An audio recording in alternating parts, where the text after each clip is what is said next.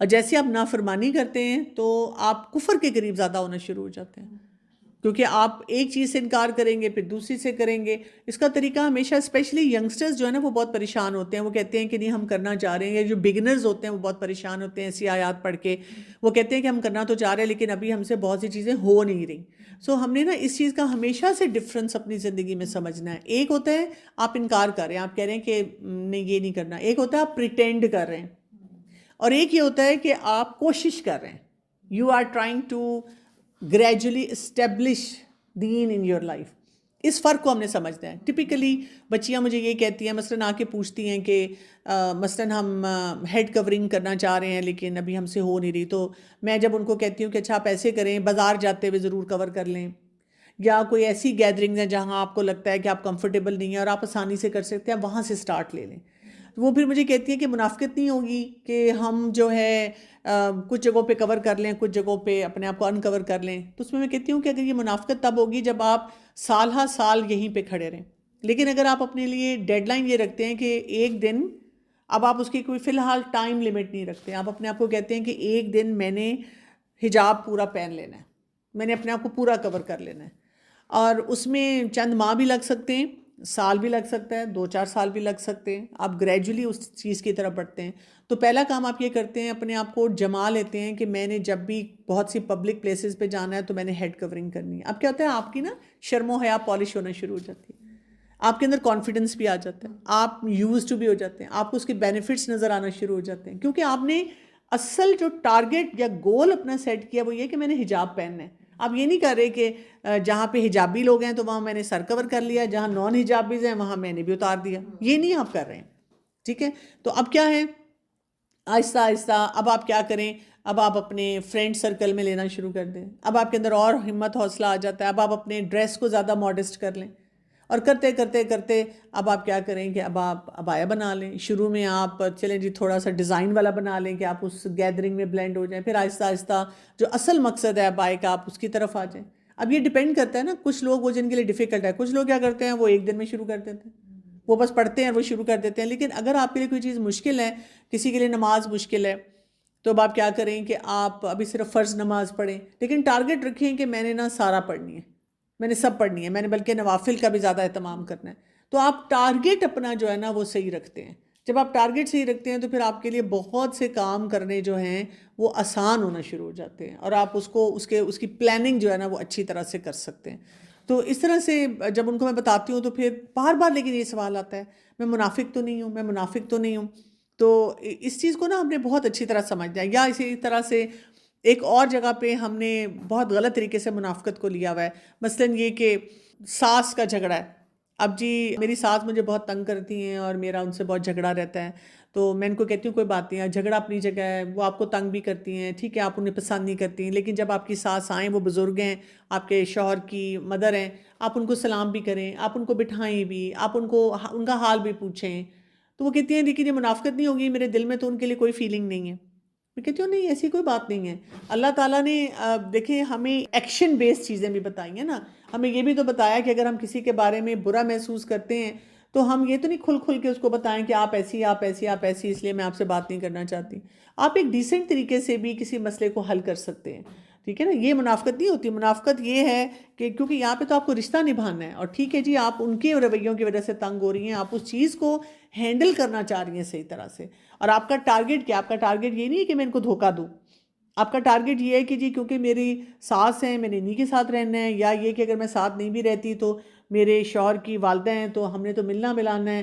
تو ایک ڈیسنٹ مجھے ریلیشن شپ ان کے ساتھ بلڈ کر، اور اس کے لیے مجھے پھر وہی بات ہے کہ جو صحیح کوششیں ہیں ان کی طرف جانا ہے. اس میں وہ واقعہ آئے گا جس میں ایک بہت برا شخص تھا جس کے بارے میں رسول اللہ صلی اللہ علیہ وسلم نے فرمایا تھا.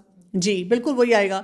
مطلب ایک شخص جب ملنے آیا رسول اللہ صلی اللہ علیہ وسلم کو، تو آپ صلی اللہ علیہ وسلم نے عائشہ رضی اللہ عنہا کو بتایا کہ یہ اپنے قبیلے کا بہت ہی برا انسان ہے. اس پہ لیکن جب ملاقات ہوگی تو اس کے بعد عائشہ رضی اللہ عنہا بہت پریشان سی ہوئیں اور حیران بھی تھیں، اور انہوں نے آپ صلی اللہ علیہ وسلم سے کہا کہ آپ نے تو مجھے بتایا تھا کہ یہ شخص بہت برا انسان ہے، لیکن آپ تو بہت اچھی طرح اس سے ملے. تو آپ صلی اللہ علیہ وسلم نے اس کے جواب میں یہی فرمایا تھا کہ وہ برا ہے، میں تو برا نہیں ہوں نا. تو مجھے تو اپنے مطابق اس سے ڈیل کرنا ہے. اور پلس یہ بات ہے کہ بتانے کا مقصد صرف یہ تھا کہ بھئی کل کو وہ آ جائے، تو یہ نہ ہو کہ وہ کسی طرح سے عائشہ رضی اللہ عنہا کو نقصان دے دے. ان کو تو پتا ہو نا کہ بھئی یہ شخص، اس سے ہم نے کیئرفل رہنا ہے، محتاط رویہ جو ہے اس کے ساتھ اپنے معاملات کو لے کے چلنا ہے. پھر آیت نمبر 168 آ رہی ہے، الذین قالوا لاخوانہم، اور وہ جنہوں نے کہا اپنے بھائیوں کو، وقعدوا، اور وہ خود بیٹھ گئے، لو اطاعنا ما قتلوا، اگر وہ اطاعت کرتے ہماری نہ وہ قتل کیے جاتے. یہ وہ انہی منافقین کی جو بات تھی وہ کی جا رہی ہے. قل فادرؤوا، کہہ دیجئے پس دور کرو اپنے نفسوں سے موت کو، ان کنتم صادقین، اگر ہو تم سچے. کر سکتے ہیں ہم اپنے نفسوں سے موت کو؟ نہیں کر سکتے. جو موت جس کو آنی ہے، جو وقت لکھا ہوا ہے، وہ آ کے رہنی ہے. اور ہم ہر وقت یہ باتیں سنتے ہیں، یعنی ایک ہی ڈاکٹر کے ہاتھ سے کتنے مریض جو ہیں اللہ ان کو شفا دے دیتا ہے، اور اسی ڈاکٹر کے سامنے پیشنٹ جو ہے اس کی ٹیبل ڈیتھ بھی ہو جاتی ہے. ابھی پچھلے دنوں میں ہی وہاں پہ کھڑی ہوئی تھی ڈاکٹر کے پاس، سیزیرین ہو رہا تھا. وہ پیشنٹ ایک دم شاک میں چلی گئی، اور میری آنکھوں کے سامنے تقریباً 3-4 منٹ اس کی ECG فلیٹ رہی. بالکل لگ رہا تھا کہ وہ ختم ہو گئی ہے. لیکن اللہ نے اس کو زندگی دینی تھی، اور اللہ تعالیٰ نے اس وقت ڈاکٹرز کو بھی ذہن میں وہی باتیں ڈالی جس سے انہوں نے صحیح انجیکشن لگائے، صحیح طریقے سے اس کو مینج کیا، تو ٹھیک تھی، اور وہ بعد میں بھی بالکل ٹھیک تھی. یہ اللہ کی شان ہے، ہمارے رب کی شان ہے. تو میں تو ہمیشہ یہ ذہن میں رکھتی ہوں جب بھی میڈیکلی کسی بھی بچے کو چیک کروں، چاہے وہ سیریس ہے، جو بھی ہے، پیدا ہوا ہے، میں کہتی ہوں زندگی موت اللہ نے دینی ہے، میں نے اپنا کام اس وقت صحیح کرنا ہے. اور اگر اس کی موت ہے تو مجھ سے ہی کوئی غلط فیصلہ ہو جائے گا. ہم زندگی موت کو اس طرح سے اگر دیکھنا شروع کر دیں نا، تو ہمارے لیے اپنے جو ہے نا بہت سارے معاملات وہ آسان ہو جائیں. سو آیت نمبر 169، وَلَا تَحْسَبَنَّ الَّذِينَ قُتِلُوا فِي سَبِيلِ اللَّهِ، اور نہ آپ ہرگز گمان کریں ان کو جو قتل کر دیے گئے اللہ کے راستے میں، امواتن، مردہ، بل احیاء، بلکہ زندہ ہیں، عند ربہم، پاس اپنے رب کے، یرزقون، وہ رزق دیے جاتے ہیں. سبحان اللہ. یہ تو بہت ہی خوبصورت جو بات ہمیں یہاں پہ بتائی جا رہی ہے. اس میں جو احادیث آتی ہیں اس سے کیا پتہ چلتا ہے. عبداللہ بن مسعود رضی اللہ عنہ بیان کرتے ہیں کہ ہم نے اس آیت کے بارے میں رسول اللہ صلی اللہ علیہ وآلہ وسلم سے پوچھا، تو آپ صلی اللہ علیہ وسلم نے فرمایا کہ شہداء کی روحیں سبز پرندوں کی صورت میں ہوں گی، ان کے لیے عرش الہی کے میں کچھ قندیلیں لٹکی ہیں. یہ روحیں جنت میں جہاں چاہیں سیر کرتی پھرتی ہیں، پھر ان قندیلوں میں واپس چلی جاتی ہیں. ان کے پروردگار نے ان کی طرف دیکھا اور پوچھا، کیا تمہیں کوئی کسی چیز کی خواہش ہے؟ انہوں نے کہا، ہم کس چیز کی خواہش کریں، ہم جہاں چاہیں سیر کرتی پھرتی ہیں. پروردگار نے ان سے 3 بار یہی سوال کیا. جب انہوں نے دیکھا کہ اب جواب دیے بغیر چارہ نہیں، تو انہوں نے کہا، اے ہمارے پروردگار، ہم یہ چاہتے ہیں کہ تو ہماری روحیں واپس دنیا میں لوٹا دے تاکہ ہم تیری راہ میں پھر جہاد کریں اور پھر شہید ہوں. جب معلوم ہو گیا کہ انہیں کسی چیز کی حاجت نہیں، تو اللہ تعالیٰ نے ان سے یہ پوچھنا چھوڑ دیا کہ تمہیں کس چیز کی خواہش ہے. تو دیکھیں کہ موت جو ہے وہ ایسی چیز ہے کہ کوئی اور نہیں چاہتا دوبارہ سے کوئی اس چیز سے گزرنا. لیکن جو شہید ہوتا ہے اللہ تعالیٰ نے اس کا بہت بڑا مقام اور درجہ رکھا ہوا ہے. اب ہمارا حال کیا ہو چکا ہے، ہم اس معاملے میں بھی مبالغے میں چلے گئے ہیں. چاہے کوئی کانسرٹ میں مرا ہے وہ شہید ہے، چاہے وہ کوئی جو ہے اپنی فیملی کے ساتھ کھانے پینے جا رہا ہے وہ بھی شہید ہے. ہر ایک کو ہم نے جی شہید شہید شہید بنا دیا. یہ تو ہمارے رب کو پتہ ہے نا. یعنی رسول اللہ صلی اللہ علیہ وسلم کے دور تک تو اللہ تعالیٰ نے بتایا اور بتایا گیا کہ یہ شہید اور یہ شہید نہیں. ہم گمان کر سکتے ہیں کسی سے بھی، کیونکہ ہمیں نہیں پتا کہ کون کس نیت سے وہ کام کر رہا ہے، کیونکہ شہادت جو ہے وہ نیت کے ساتھ بھی مشروط ہے. تو ہم بس یہ کہہ سکتے ہیں کہ اللہ تعالیٰ اس کو شہادت کی موت دے. کچھ بیماریوں کے لیے بھی کہا گیا ہے کہ اگر یہ بیماری ہوتی ہے تو انسان وہ شہید ہوتا ہے. کچھ ایسی اموات ہیں جن کے لیے کہا گیا کہ شہادت کی موت کے برابر ہوتی ہیں.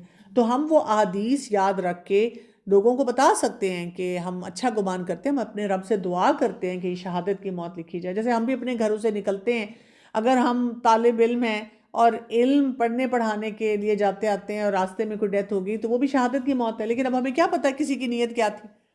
کوئی اپنی اس کے لیے جا رہا تھا کہ جی میں بڑی چیز ہوں، یا کوئی اللہ کو راضی کرنے کے لیے جو ہے اس سفر پہ جا رہا تھا. تو آیت نمبر 170 میں آتا ہے، فرحین بما آتاہم اللہ من فضلی، خوش ہیں اس پر جو عطا کیا انہیں اللہ نے اپنے فضل سے. وَيَسْتَبْشِرُونَ بِالَّذِينَ لَمْ يَلْحَقُوا بِهِمْ مِنْ خَلْفِهِمْ، اور وہ خوش ہوتے ہیں ان کے بارے میں نہیں وہ ملے انہیں ان کے پیچھے سے اللہ خوف علیہم کہ وہ کوئی خوف ہوگا ان پر ولا ہم یحزنون اور نہ وہ غمگین ہوں گے. تو یعنی جو بعد والے لوگ ہیں ان کو بھی کسی قسم کی فکر نہیں ہونی چاہیے، ان کو بھی کسی قسم کی یہ سوچ نہیں ہونی چاہیے کہ ہائے وہ پتہ نہیں کدھر ہوں گے یا وہ کسی کے بارے میں فکر مند ہو. اللہ تعالیٰ نے شہید کے لیے بہت آسانیاں رکھی ہیں اور اس کے اندر بہت سکون رکھا ہے. اور جو شہادت کی بات کو سمجھتا ہے آپ دیکھیں وہ فیملیز بھی ایسی ہوتی ہیں. میں جب آرمی کے لوگوں سے ملتی ہوں، فوجی فیملیز جو ہوتی ہیں ان سے کبھی میری انٹریکشن ہو تو آپ دیکھیں کہ ان کی فیملی میں کوئی ایک شہید ہوتا ہے وہ پھر تیار ہوتے ہیں، وہ اپنے بیٹوں کو تیار کر رہے ہوتے ہیں. اور ہمارے جیسے لوگ جو ہیں ہم گھبرا رہے ہوتے ہیں، ہم ڈر رہے ہوتے ہیں کہ اچھا ہمیں لگتا ہے کہ جی اگر ہم نے فوج میں بھیج دیا تو اس نے تو مرنا ہی مرنا ہے، اور وہ ہمیں مرنا لگتا ہے. وہ بہت سے لوگ جو ہیں وہ اس وجہ سے اس طرح کی چیزوں کو، اس طرح کی خواہشات کو اوائڈ کرنا شروع کر دیتے ہیں. لیکن اللہ تعالیٰ نے ایک ایسا سسٹم رکھا ہوا ہے کہ جو افراد ہیں وہ کس طرح سے اپنے بارے میں سوچتے ہیں اور کس طرح سے ان چیزوں کو لے کے چلتے ہیں. پھر آیت نمبر 171 میں آتا ہے یستبشرون بنعمت من اللہ وفضل وان اللہ لا یضیع اجر المؤمنین. وہ خوش ہوتے ہیں نعمت پر اللہ کی طرف سے اور فضل پر، اور بے شک اللہ نہیں ضائع کرتا اجر ایمان لانے والوں کا. یعنی بار بار یہ بات بتائی جا رہی ہے کیونکہ آپ دیکھیں اس میں ہمیں یہ بات یاد رکھنی ہے کہ جب مسلمان وہ جو ادھر گھاٹی پہ تھے اوپر سے نیچے اتر آئے، اب جب مسلمانوں سے وہ سنت کے خلاف وہاں کام ہو گیا اور پھر اس کے بعد 70 صحابہ کرام شہید ہوئے تو یہ ان کو ریگریٹ ہو رہا تھا. اس پہ ان کو یہ بھی تسلی دی گئی، یعنی وہ حالات کس طرح بنے، اس وقت جو بھی ہوا اس کے بعد آپ نے کیا فیصلہ کیا، آپ کس طرح سے اس پورے معاملے کو دیکھتے ہیں. پھر یہ کہ وہ جو لوگ گئے ہیں وہ اللہ کے اذن سے گئے ہیں، اللہ تعالیٰ نے وہ سرکمسٹانسز بنائے، ان کو شہادت ملنی تھی. خالد بن ولید کے بارے میں یہ بہت ہی مجھے انسپائرنگ اور موٹیویٹنگ لگتا ہے کہ جب بھی وہ جنگ کے لیے جاتے تھے تو ہمیشہ یہ سوچتے ہوئے جاتے تھے کہ بس میں نے اب واپس نہیں آنا، میں شہادت ہی حاصل کروں گا. اور کہا جاتا ہے کہ ان کے جسم کا کوئی ایسا حصہ نہیں تھا جس پر کہ کوئی زخم کے نشان نہ ہو، یعنی اتنا بہادری سے لڑتے تھے اور ڈیرنگ ہو کے لڑتے تھے، لیکن ان کو شہادت حاصل نہیں ہوئی. اور اس پہ وہ کہا کرتے تھے کہ ان بزدلوں کو بتا دو کہ شہادت ایسے نہیں حاصل ہوتی، آپ وہ اللہ چاہتا ہے تو وہ آتی ہے، اللہ تعالیٰ کی طرف سے وہ آپ کو ملتا ہے. پھر یہاں پہ خوشخبری کیا ہے؟ اللہ کی طرف سے یہ نعمت ہے، اللہ کا فضل ہے، اور اللہ تعالیٰ کسی قسم کا ان کا جو اجر ہے وہ ضائع نہیں کرتا. تو اس چیز کو بھی سمجھنا جو ہے نا وہ بہت زیادہ ضروری ہے. پھر آیت نمبر 172 آ رہی ہے الذین استجابوا للہ والرسول، اور وہ جنہوں نے حکم مانا اللہ کا اور اس کے رسول کا، من بعد ما اصابہم القرح، بعد اس کے جو پہنچا انہیں زخم، للذین احسنوا منہم واتقوا اجر عظیم، ان کے لیے جنہوں نے احسان کیا ان میں سے تقوی کیا، اجر ہے بہت بڑا. اب آپ دیکھیں یہاں پر کیا بتایا جا رہا ہے. اب اس کے بعد اصل چیز یہ ہے اب غلطی ہو گئی. اللہ اور رسول کا جو حکم تھا وہ اس وقت اس میں وہاں پہ ایک چیلنج آ گیا ان کی لائف میں. اب کیا، اب اس کے بعد کیا کرنے والا کام ہے، اب آپ کیا فیصلہ کرتے ہیں. یعنی جو میں نے آپ کو بتایا تھا لیپس اور ری لیپس، آپ نے اس بات کو یاد رکھنا ہے کہ اب لیپس میں آپ جاتے ہیں، ری لیپس میں جاتے ہیں. آپ کی ہوگی یہ غلطی اور آپ کو جو ہے تکلیف پہنچ چکی ہے، اب آپ کیا کام کریں. للذین احسنوا منہم واتقوا، ان کے لیے جنہوں نے احسان کیا ان میں سے تقوی کیا. یعنی آپ فوراً کیا کریں، دو فیصلے کر لیں کہ مجھے تقوی کے معیار پہ ہو گئی غلطی جو ہونی تھی، اب تقوی کے معیار پہ اب میں نے پھر دوبارہ سے فیصلہ کرنا ہے، میں نے اللہ کو راضی کرنا ہے. ایک اگر یہ بات ہم یاد رکھ لیں، ہمارے دماغ میں شیطان اس وقت کیا بات ڈالتا ہے، لوگ لوگ لوگ. اور آپ سوچیں کہ اس وقت کا بھی ایک سوشل میڈیا ہی تھا نا کہ ہر طرف خبر پھیل گئی کہ مسلمانوں نے یہ کیا کیا، رسول اللہ صلی اللہ علیہ وسلم نے ان کو وہاں کھڑا کیا تھا اور کہا تھا کہ یہ کام کرنا، اور انہوں نے کیا کیا. اور ساروں کے لکس پہ اور باڈی لینگویج میں کئی لوگوں کی آتا ہوگا. پھر منافقین، انہوں نے کتنی باتیں کی. تو it was a very difficult time ان کے لیے کہ وہ کس طرح سے یہ سارے معاملے کو لے کے چلیں. لیکن یہ کہا گیا کہ اللہ تعالیٰ کی طرف سے کیا ہے، اجر عظیم ہے. ٹھیک ہے. اب آپ دیکھیں کہ اس میں ہم دیکھتے ہیں کہ ٹھیک ہے مسلمانوں سے غلطی ہو گئی اور وہ پریشان تھے، مسلمان صدمے سے دو چار تھے اور ان کو بہت زخم لگے ہوئے تھے. لیکن انہوں نے فوراً جیسے ہی، اور ابو سفیان جو تھا اس کو ایک دم احساس ہوا کہ ہم واپس کیسے پلٹ گئے، انہوں نے دوبارہ سے ری یونائٹ ہو کر واپس آنے کی کوشش کی. تو وہاں پہ ہم یہ دیکھتے ہیں کہ جب رسول اللہ صلی اللہ علیہ وسلم نے جیسی صحابہ کرام سے بات کی تو وہ تیار ہو گئے اور اس میں وہ آتا ہے نا کہ ہمراء الاسد تک وہاں پہ گئے، اور اس وقت سم ہاؤ اس کو ابو سفیان کو لگا کہ نہیں ہم نہیں یہ مارکا جیت سکتے، اور وہ چلا گیا، اور وہ یہ کہتے ہوئے گیا کہ اگلے سال پھر ہم آئیں گے اور بدر کے مقام پہ جو ہے وہ تم سے وہاں پہ فیصلہ کریں گے، اور وہاں پہ پھر ہماری جنگ ہوگی۔ اور اس سے جو اگلے سال تھا وہ رسول اللہ صلی اللہ علیہ وسلم بدر کے مقام پہ صحابہ کرام کو لے کر گئے تھے، بدر صغریٰ کہا جاتا ہے۔ اور اتنا اس وقت قریش میں پھر خوف و ہراس پھیل گیا تھا کہ انہوں نے تو صحیح فیصلہ کر لیا، یہ پھر آ گئے تو وہ پیچھے ہٹ گئے تھے۔ تو اپنی زندگی کا اگر ہم یہ اصول بنا لیں کہ کچھ بھی ہو جائے میں نے کیا کرنا ہے کہ میں نے نا مطلب غلط کام مجھ سے ہو گیا، غلطی ہوگی، بلنڈر ہو گیا، اب میں نے اس کو کیری نہیں کرنا، میں نے فوراً ایکسیلنس کے لیول پہ جانا ہے، واتقوا، اور تقوی کی بنیاد رکھنی۔ مطلب لوگ جب مجھے کہتے ہیں کہ پتہ نہیں لوگ کیا کہیں گے، فلاں کیا کہے گا، تو میں ان کو یہ کہتی ہوں کہ اللہ تعالیٰ کیا کہیں گے، یہ سوچ لو، آخرت پہ اس چیز کا کیا اثر آئے گا یہ سوچ لو۔ آپ ذرا سا یہ سوچنا شروع کر دیں تو آپ دیکھیں کہ زندگی آسان ہو جاتی ہے۔ اور یہ سبق میری ایک دوست نے مجھے بہت سال پہلے سکھایا تھا۔ ہم بچوں کی کلاس لے رہے تھے اور میں بھی ابھی نئی نئی دین سیکھی ہوئی تھی، تو ایک مدر آئیں، انہوں نے بدتمیزی کی اور بہت بری طرح بات کی۔ پہلے میں نے ان کو آرام سے سمجھایا، وہ نہیں سمجھی، میں نے بھی سختی سے بات کی، بدتمیزی نہیں کی لیکن سختی سے بات کی، اور ان کو میں نے کہا کہ نہیں اس طرح ہم نہیں کر سکتے۔ میں نے اس کو کہا دیکھو وہ اتنی بدتمیزی کری تھی، میں نے تو ان کو یہ بھی سمجھایا، میں نے اپنے سارے لاجک دیے، اس نے مجھے صرف ایک بات کی، اور میں ابھی تک اس کی اتنی شکر گزار ہوں، میں اتنی اس کو دعائیں دیتی ہوں، میں کہتی ہوں اللہ تعالیٰ اچھے ساتھی دے دے تو کتنا فائدہ ہے۔ اس نے مجھے کہا کہ دیکھو ہو سکتا ہے کہ تم جو کہہ رہی ہو بالکل تم ٹھیک ہو، ٹھیک ہے، تم نے ٹھیک بات کی، ہم دیکھ بھی رہے تھے سب کچھ تھا، لیکن اینڈ میں تمہاری بھی ٹون اچھی نہیں تھی، اور تم صرف یہ سوچو کہ اگر دنیا میں تم مجھ سے معافی مانگ لو گی تو یہ نہ ہو کہ آخرت میں تمہاری کوئی نیکی چلی جائے، آخرت میں اگر اس خاتون نے تمہیں پکڑ کے اللہ تعالیٰ کے سامنے کہہ دیا کہ جی اس نے یہ کیا، پھر تم کیا کرو گے۔ وہ بات میرے دل کو اتنی لگی کہ کتنی صحیح بات کہہ رہی ہے، تو میں نے اپنا دل مار کے پھر ان خاتون کو فون کیا۔ یہ اور بات ہے انہوں نے مجھ سے بات نہیں کی، وہ بات نہیں کرنا چاہتی تھی، لیکن میں نے ان کو فون کر دیا۔ تو اب میں کئی مقامات پہ جب میرا دل ایسے ہوتا ہے کہ میں اس کو ٹھیک کر دوں، ہوتا ہے نا انسان کے اندر ایک آتا ہے شح النفس جو ہے ہمیں وہ کرتا ہے کہ بھئی تم کتنا برداشت کرو گی، تم یہاں پہ یہ کر دو، تو میں اس وقت یہی سوچتی ہوں کہ پھر میری آخرت نہ برباد ہو جائے۔ تو اگر ہم آخرت کو پریشیس رکھیں نا تو یہ میاں بیوی کے جھگڑے، یہ ساس سسر کے جھگڑے، یہ بہت سارے اور مسئلے جو ہیں نا ہم ایسے ہی گزارتے ہیں۔ وہ ڈاکٹر صاحب ایسی فرینڈس گروپ میں کبھی آپ نے کوئی کام بڑی اچھی مہارت سے کیا ہو اور وہ آپ اب سم ہاؤ اس کی طرف سے ہٹ کے کسی اور مقصد میں لگ گئے ہیں، تو وہ کبھی ایسی ہو جائے نہیں تمہیں نہیں پتا، تم نے کافی دیر ہوگی یہ نہیں کیا نا، تو اس پہ کئی دفعہ آپ کو بڑا مشکل ہو جاتا ہے ضبط کرنا کہ کبھی میری اس پہ اوپر وہ گرپ تھی جو یعنی آپ کسی کی نہیں تھی، لیکن وہ بڑا مشکل ہو جاتا ہے بتانا کہ نہیں ہاں بالکل ایسے ہی ہے، بالکل ایسے ہی ہے کہ یہ اس طرح کے امتحانات جو ہیں ہم سب کی زندگی میں جو ہے نا وہ آتے رہتے ہیں، اور ظاہر ہے ان امتحانات سے ہمیں گزرنا ہوتا ہے۔ اس کے بعد آیت نمبر 173 آ رہی ہے، الذین قال لهم الناس، وہ جو کہا انہیں لوگوں نے، ان الناس قد جمعوا لکم، بے شک لوگ تحقیق وہ جمع ہو گئے ہیں تمہارے لیے، فخشوہم فزادہم ایمانا، پس ڈرو ان سے، پس اس نے بڑھا دیا انہیں ایمان میں۔ یعنی جب کسی نے آپ کو ڈرایا لوگوں سے، اس وقت کیا ہو، یہ لوگ کون سے تھے، انہوں نے اللہ پہ بھروسہ کیا، اللہ پہ توکل کیا، تو اس سے کیا ہوا، ان کا ایمان بڑھ گیا، جبکہ لوگ ان کو ایک اور مشورہ دے رہے تھے۔ وقالوا، اور انہوں نے اس وقت کیا کہا، حسبنا اللہ ونعم الوکیل، کافی ہے ہمیں اللہ اور وہ کتنا اچھا ہے کارساز۔ یہ وہ دعا ہے جو کہ ابراہیم علیہ السلام نے پڑھی تھی، ٹھیک ہے۔ اور یہ جو دعا ہے نا اس سے انسان کا خوف دور ہو جاتا ہے، انسان اپنی پریشانی میں سے نکل آتا ہے، کیونکہ آپ اللہ پہ بھروسہ کر رہے ہیں۔ تو آپ دیکھیں ہماری زندگی میں بھی کتنی ایسے مقامات آتے ہیں جس میں ہم پریشان ہوتے ہیں اور ہم سے وہ سچویشن جو ہے وہ ہینڈل نہیں کی جا رہی ہوتی۔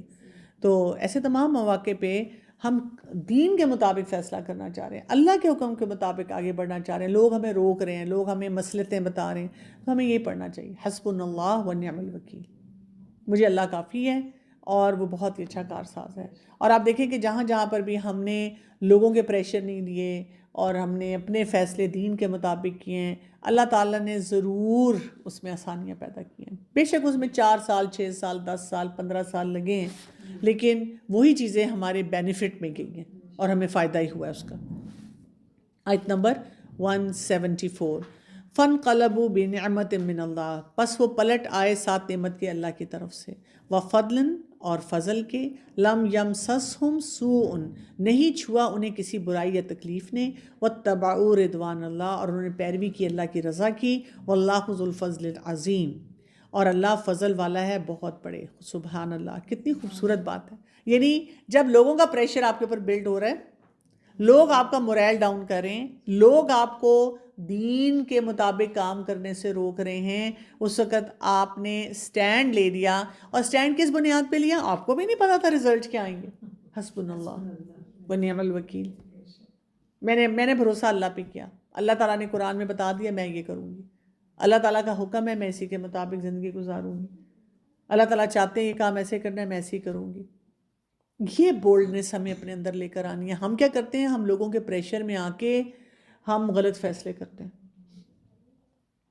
ہم کہتے ہیں میں کیا بولوں. مثلا آپ کسی شادی پہ گئے ہوئے، اچھا اب انہوں نے آپ کو بڑا بتایا کہ یہاں پہ ہم الگ گیدرنگ رکھیں گے، آپ بڑا تیار ہو کے چلی گئیں. اب وہاں جا کے ہم ابایا اتار دیتے ہیں، تھوڑی دیر بعد ہمیں بیچ میں مکس گیدرنگ نظر آتی ہے. اب ہماری ہمت نہیں ہو رہی دوبارہ ابایا پہننے کی. یا آپ کسی گیدرنگ میں بیٹھے ہوئے ہیں، وہاں ناچ گانا شروع ہو گیا، اب ہماری ہمت نہیں ہو رہی وہاں سے اٹھنے کی. ہم کیا کرتے ہیں کہ ان کی پورا ایک بڑا سا لیکچر حلال حرام کا دے کر یا تو وہاں تباہی ایسی پھیر آتے ہیں، بحث مباحثے میں پڑ جاتے ہیں. سب سے پہلا کام کیا؟ ہم اپنے لیے صحیح فیصلہ کریں.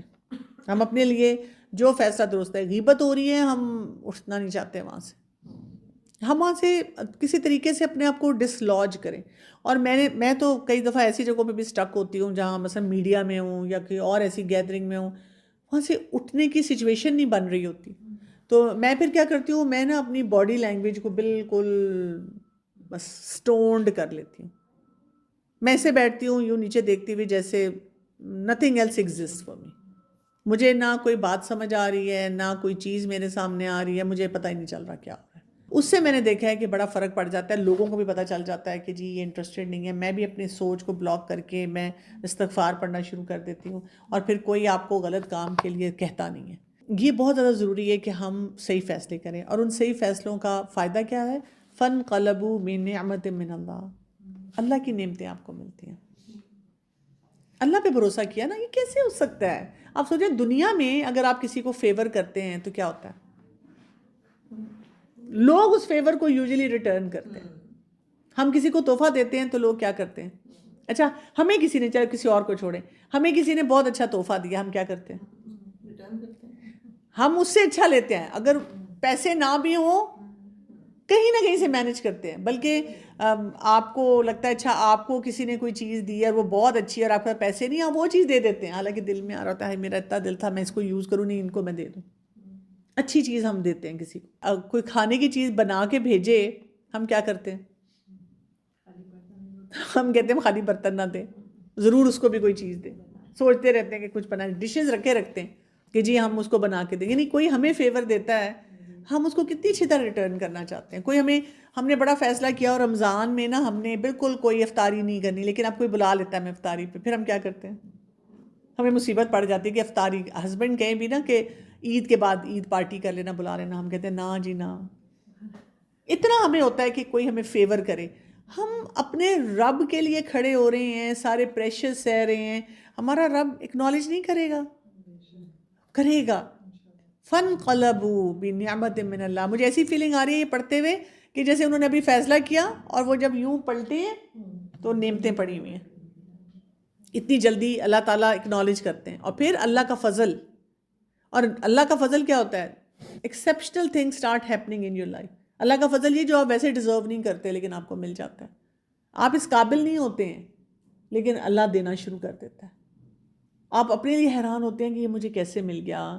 کوئی سٹیٹس مل گیا، کسی نے آپ سے اچھی بات کر لی، کوئی آپ کو اچھا سمجھتا ہے، آپ کو نیکیوں کی توفیق مل گئی. Maybe you are an unknown person, نیکیوں کی توفیق آپ کو اتنی ملنا شروع ہو جاتی ہے. آپ دیکھیں نا ہم اس قرآن کلاس میں ہوتے ہیں، یہ بھی اللہ کا کتنا بڑا فضل ہے ہم پہ کہ اللہ تعالیٰ نے ہمیں ایک پلیٹ فارم دیا ہوا ہے اور ہم یہاں پہ بیٹھتے ہیں اور ہم قرآن پڑھتے ہیں.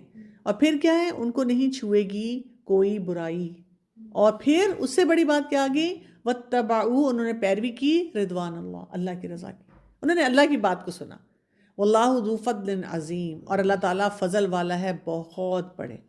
لیکن یہاں پہ اب شیطان کا رول جو ہے اس کو تھوڑا سا ہائی لائٹ کیا جا رہا ہے. بعض کا جو نیک لوگ ہوتے ہیں، جو اچھے تقوی والے لوگ، جو پرہیزگار، ان کی زندگی ہمیں بہت ٹف نظر آ رہی ہوتی ہے دور سے بیٹھ کے. لیکن جب ہم ان سے پوچھتے ہیں نا کہ آپ کا کیا حال ہے دل کا، تو وہ دل میں اتنے مطمئن ہاں اور جی، خوش. یہ اللہ کا فضل ہے، یہ اللہ کا فضل ہے، بہت بڑا فضل ہے کہ اللہ تعالیٰ انسان کو بڑا مطمئن رکھتا ہے. کل دیکھیں دنیا کے حساب سے مسئلے مسائل آپ کی زندگی میں آتے جاتے رہیں گے، لیکن جو آپ کا یہ ہوتا ہے نا دل کا اطمینان، وہ بہت ہی اسپیشل ہوتا ہے، جس کے بارے میں آپ نے شاید کبھی سوچا بھی نہیں ہوتا. اور وہ چیزیں جو ہے نا آپ کی زندگی میں جس طرح آتی ہیں، وہ بہت ہی امیزنگ ایک ایکسپیرینس ہوتا ہے جو کہ اللہ تعالیٰ کرواتے ہیں. تو بس اللہ تعالیٰ سے یعنی کہ ہمیں اچھی ہی کی امید رکھنی چاہیے. تو آج کے لیسن میں ہمیں کیا سمجھ آ رہی ہے؟ اللہ پر توکل کا جو ہے نا اپنا، ہاں، اللہ پہ توکل. کام کے لیے اپنی نیت کو اچھا رکھنا چاہیے. نیت کو اچھا رکھیں، اللہ پہ بھروسہ کریں. مشکل حالات کوئی انسان نہیں ہے جس کی زندگی میں نہیں ہوتے، لیکن جب مشکلات آئیں گی تو پھر کیا کرنا ہے؟ صحیح فیصلہ اللہ کے روح، اللہ روح. صحیح. جو ہماری زندگی میں مشکلات ہیں، ہم نے اس میں یہ دیکھنا ہے کہ اللہ کے حکم کے مطابق میں نے فیصلہ کرنا ہے. اور جب ہم سے نہیں کیا جا رہا یا اور مشکلات آتی ہیں تو پھر دعا کون سی پڑھنی؟ حسبنا اللہ ونعم الوکیل، کہ ہم نے اپنے رب پہ بھروسہ کرنا ہے. یہ نہیں ہو سکتا کہ آپ اپنے رب پہ بھروسہ کریں تو کام آپ کا نہ ہو. اگر ڈیلے ہو رہا ہے تو اس کی کوئی حکمت ہے، اس میں بھی خیر ہوگی، اس میں بھی خیر ہے. اس خیر کو سمجھنا ہے. اگر غلط کچھ ہو رہا ہے اس میں بھی اللہ تعالیٰ یہ ٹیسٹ کر رہے ہیں کہ آپ کا ایمان کتنا ہے. کیونکہ دنیا میں تو دیکھیں قرآن میں کہیں وعدہ نہیں کیا گیا کہ، یا احادیث میں، یا ہم جب انبیاء کی زندگیاں دیکھیں، صحابہ کرام صحابیات کی زندگی دیکھیں، ان کی زندگیاں مشکلات میں تھیں. اسی طرح کہ ہر وقت کے چیلنجز تھے، کوئی نہ کوئی چیلنج تھا. تو یہ رونق تو لگی رہنی ہے. اصل یہ کہ ہم آخرت کو فوکس میں لے کر آئیں اور ایک بڑا ویژن رکھیں. ہمارا بڑا ویژن نہیں ہے، ہمارا ویژن ہی شادی ہوئی ہے تو اس میں خوش رہنا ہے. ہم نے یہ نہیں سوچا کہ مرنے کے بعد کی جو منزلیں اور اللہ کو کیسے راضی کرنا ہے. اسی لیے ہم پیٹی چیزوں میں بہت زیادہ غم زدہ ہو جاتے ہیں، اور شیطان ہمیں وہی والی لذت جو ہے نا اس غم کی بہت زیادہ دینا شروع کر دیتا ہے. کی بات ہو رہی تھی، مجھے تو اللہ تعالیٰ کا بہترین وہ فضل، آپ کی اولاد میں بہت بھلائی رکھ دیتا ہے اللہ تعالیٰ. جی، کئی دفعہ وہ آپ کو اپنی زندگی میں جو بھی چل رہا ہے جیسے بھی ہے، لیکن اولاد آپ کی اچھا برا بھی سمجھتی ہوتی ہے، اور بہت ساری چیزوں میں ارد گرد برائیوں کے ہوتے ہوئے اللہ تعالیٰ ان کو بچاتے رہتے ہیں. یہ بڑا بہت بڑا فضل ہے اللہ تعالیٰ، بہت بڑا اللہ کا فضل ہے. اللہ تعالیٰ اولاد کو کیونکہ دیکھنا اس طرح کسی چیز میں ٹریپ میں تو بڑا مشکل ہوتا ہے، بہت مشکل ہوتا ہے. اور آپ کو اس چیز کی تب سمجھ آتی ہے کہ کہیں نہ کہیں اللہ تعالیٰ آپ کو یہ خاص فضل دے رہے ہیں اپنی اولاد میں. جی بالکل بالکل ایسے ہی ہوتا ہے، بالکل ایسے ہی ہوتا ہے. پچھلے دنوں ایک میرا واقعہ ہوا ہے، کسی کی فوتگی کے اوپر ان کی والدہ، بیٹا فوت ہو رہا ہے، اور والدہ وہ کہہ رہی ہیں میرا حالت رضا میں ہے کہ اس نے کوئی سیکنڈ میرج کی تھی بیچارے نے، تو بتا دیں اپنی بیوی نو میں ہوتا حصہ نہیں لگا گی، ہوتا کوئی حصہ نہیں جداد میں. مطلب دماغ پہ جو آپ زندگی چڑھے گی، مال دولت، اور وہی. جی بالکل اسی طرح سے ہے کہ اللہ تعالیٰ بس ہمیں اپنی حفاظت میں رکھے اور ہم سے صحیح کام کروائے. سبحانک اللہم و بحمدک، اشہد ان لا الہ الا انت، استغفرک و اتوب الیک. السلام علیکم و رحمۃ اللہ وبرکاتہ.